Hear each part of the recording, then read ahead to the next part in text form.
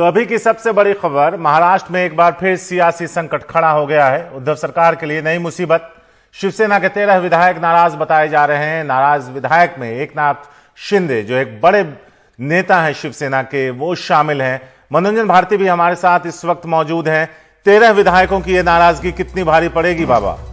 भारी पड़ सकती है, लेकिन 13 विधायकों से काम नहीं चलेगा। आपको 2/3 जो है वो टूटना पड़ेगा, तो उतनी संख्या हो पाती है नहीं हो पाती है ये देखना होगा। और दूसरी बात यह है कि अब बीजेपी हमेशा से कोशिश करती रही है। आपने पहले पिछली बार भी देखा कि एकाएक रात में शपथ ग्रहण समारोह हो गया था, उसके बाद एक नया मुख्यमंत्री हो गया था, अजीत पवार उप मुख्यमंत्री हो गए थे, उसके बाद फिर वो पॉलिटिकल ड्रामा 24 घंटे में खत्म हो गया। तो ये एक नया पॉलिटिकल ड्रामा शुरू हुआ है। लेकिन शिवसेना जो कि काडर बेस्ड पार्टी है कही जाती है, अक्सर जो है टूट फूट के लिए ऐसा लगता है कि कांग्रेस सबसे ज्यादा वल्नरेबल होती है, लेकिन इस बार शिवसेना में सेंध लगाने की कोशिश की है बीजेपी ने।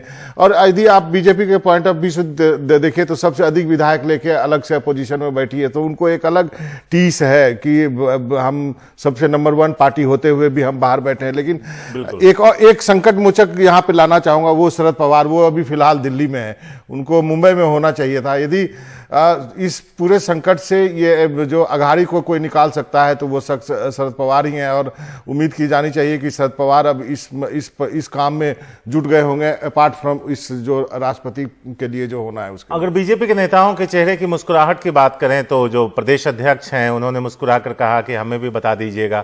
फिर उन्होंने इशारों में कहा कि अब वक्त आ गया है कि अगर आप काशी जाना चाहते हैं तो अब काशी जाने का वक्त है। लेकिन यहां आपको बता दें, एकनाथ शिंदे एक मजबूत शिव सैनिक हैं जो काफी यंग एज से शिवसेना के साथ रहे। 2004 में पहला अपना विधानसभा चुनाव लड़ा, तब उन्हें पहली बार में ही कामयाबी मिली थी बाबा।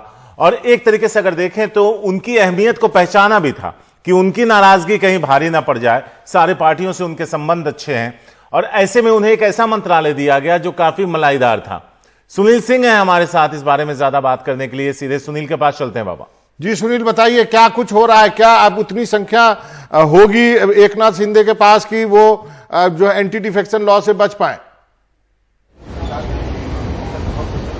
देखिए बाबा, कोशिश बीजेपी की यही है, या फिर हम कह सकते हैं कि एकनाथ शिंदे की कोशिश यही है। अभी तक जो आंकड़े उभर कर आए हैं वो 22 आ रहे हैं, लेकिन जानकारी ये मिल रही है कि उनके साथ और भी लोग जा सकते हैं। वैसे आपको बता दूं कि जो 56 विधानसभा विधायक शिवसेना के पास है, उसमें से एक जो रमेश लटके उनके निधन होने के बाद 55 का आंकड़ा जो बनता है, उसके बाद जो संख्या उभर कर आ रही है वो 35 आ रही है दल बदल कानून से बचने की। हालांकि आंकड़ा बहुत बड़ा है, वहां तक पहुंच पाएंगे या नहीं पहुंच पाएंगे कह पाना मुश्किल है। यही वजह है कि बीजेपी अभी अपने पूरे पत्ते नहीं खोल रही है और इस पूरे मामले के पीछे अपना हाथ होने से इनकार कर रही है। बीजेपी के जो प्रदेश अध्यक्ष हैं चंद्रकांत पाटिल, वो यहाँ पर थे, उनसे बात की, उनसे पूछा गया कि संजय राउत ने सीधे सीधे आरोप लगाया है कि इस सबके पीछे बीजेपी है। तो उन्होंने साफ शब्दों में कहा कि बीजेपी का इस पूरे प्रकरण से अभी फिलहाल कोई मतलब नहीं है। एक ये शिवसेना की पार्टी का अंदरूनी मसला है। लेकिन जब ये पूछा गया कि वो गुजरात गए हैं और गुजरात में जो सी के पाटिल हैं प्रदेश बीजेपी के अध्यक्ष, वही उन्होंने पूरी व्यवस्था की है, तो उनका कहना है कि अगर कोई मेहमान आता है और कोई कहता है कि मेरे लिए व्यवस्था करो तो क्या हम व्यवस्था नहीं करेंगे। तो कुल मिलाकर जो स्थिति बन रही है वो यही है कि कोशिश ये है फिलहाल कि जो आंकड़ा है 35 तक का, वहां तक उस जादुई आंकड़े तक शिवसेना के विधायकों को तोड़कर ले जाया जाए। लेकिन ये इतना आसान भी नहीं है। यही वजह है कि बीजेपी अभी बहुत जल्दबाजी नहीं करी। आप देख रहे हैं कि इतना बड़ा यहाँ पर जो हलचल चल रही है, वहीं पर देवेंद्र फडणवीस दिल्ली चले गए हैं। वो रहते यहाँ पर तो हम मान सकते थे कि हाँ जल्द से जल्द कुछ होना है। यानी बीजेपी इस बार पिछली बार की तरह कोई गड़बड़ी या गलती नहीं करना चाहती, हड़बड़ी नहीं करना चाहती। पूरा फूंक कदम रख रही है और पूरा पकाकर खाना खाने की कोशिश में है। सुनील, अगर देखें तो 2 पहलू हैं कि अगर जो विधायक टूटकर जाते हैं उनकी सदस्यता चली जाएगी तो जैसा मध्य प्रदेश में हुआ था, फिर से चुनाव में जाएंगे, चुनकर वापस आएंगे, उसमें से शायद कुछ चुन के वापस ना भी आए। लेकिन दूसरा एक और पहलू है कि 12 नॉमिनेट कर सकते हैं राज्यपाल।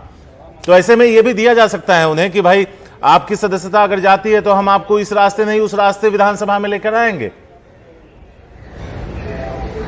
बिल्कुल सारे, एक संभावना ये भी है और इसकी चर्चा भी चल रही है कि 288 के जो विधायक हैं उसमें अगर हम देखें तो एनसीपी के दो जो हैं अनिल देशमुख और नवाब मलिक हैं, वो फिलहाल जेल में पीएमएलए के तहत बंद है और उन्हें वोटिंग करने का अधिकार न विधान परिषद के चुनाव में मिला, न तो राज्यसभा के में मिला, तो इसमें भी शायद ही मिल पाए। शिवसेना के एक विधायक रमेश लड़के का निधन हो चुका है, तो संख्या जो है वो घटकर कहीं 285 के आसपास आ गई है। और अगर 12 विधायकों की जब तक गणित था कि 12 विधायक एकनाथ शिंदे के साथ हैं, अगर वो उनकी सदस्यता चली जाती है तो जो आंकड़ा है वो घटकर 270 के आसपास आ जाता है। और 270 की संख्या विधानसभा की संख्या में अगर हम बहुमत के लिए देखें तो मामला 135 के आसपास पहुंचता है। और कल का विधान परिषद का चुनाव देखें तो उसमें जो बीजेपी को जो वोट मिले थे उनके पांचों जो विधान परिषद से चुनकर आए 135-134 के आसपास पहुंचता हुआ दिख रहा है, क्योंकि जो विधायक हैं खास करके निर्दलीय विधायक बड़ी संख्या में शिवसेना बीजेपी के साथ हैं। ये कल के वोटिंग के बाद उभर कर आया, तो ये जो है मामला इस तरह भी बनता है। और अगर ये जो 12 विधायक हैं इनकी सदस्यता जाती भी है तो अगला विधान परिषद जो है कई साल भर से तकरीबन लंबित कर रखा है, राज्यपाल उसको इजाजत नहीं दे रहे हैं, तो इनके बाद जो जाएंगे उनको शायद मनोनीत कर दिया जाए तो उनकी सदस्यता वापस मिल जाएगी, यानी वो खोएंगे कुछ नहीं, सरकार बदल जाएगी और मलाई पाएंगे। दरअसल ये भी एक पहलू है, लेकिन जो अभी फिलहाल कोशिश नजर आ रही है वो ये है कि किसी भी तरह से दल बदल कानून से बचा जाए और बहुत बड़ी संख्या में शिवसेना के विधायकों को फोड़ा जाए ताकि इसकी नौबत ही नहीं आए और बड़ी आसानी से सरकार बनाई जा सके।